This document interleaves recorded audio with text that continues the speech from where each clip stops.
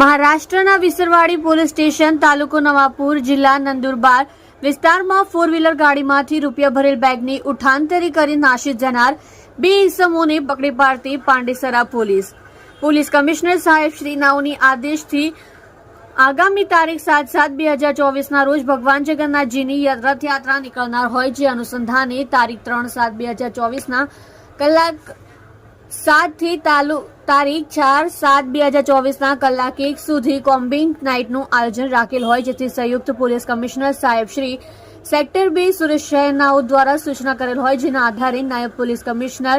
સાહેબ શ્રી ઝોન 4 સુરેશ શહેર તથા મદદનીશ પોલીસ કમિશનર સાહેબ શ્રી એચ ડિવિઝન સુરેશ શહેરનાઓએ સૂચના અને માર્ગદર્શન હેઠળ પાંડેસરા પોલીસ સ્ટેશનના પોલીસ ઇન્સ્પેક્ટર સાહેબ શ્રી એચ.એમ. ગઢવી નાઓની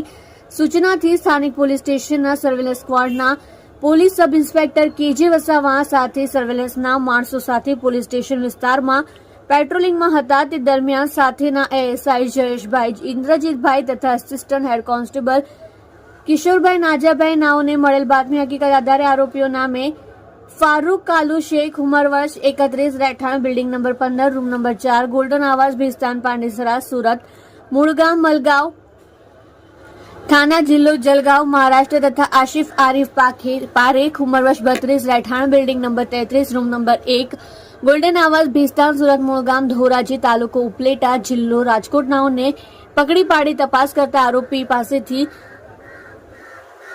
તારીખ 27/6/2024 રોજ મહારાષ્ટ્ર વિસરવાડી પોલીસ સ્ટેશન વિસ્તારમાં એક ફોર વ્હીલર ગાડીમાંથી રૂપિયા 2,99,000 ભરેલ બેગની ચોરી કરેલાની હકીકત જણાવતા હોય જે બાબતે તપાસ કરતા મહારાષ્ટ્ર વિસરવાડી પોલીસ સ્ટેશનમાં એ પાર્ટ ગુના નંબર 253/24 ઇપિકો કલમ 379/34 મુજબથી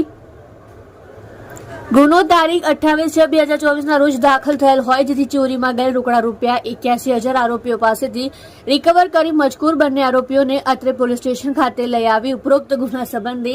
તેઓ વિરુદ્ધ કાયદેસરની કાર્યવાહી કરવામાં આવેલ છે. આપ જોઈ રહ્યા છો સોમવાર time news channel bureau report Surat.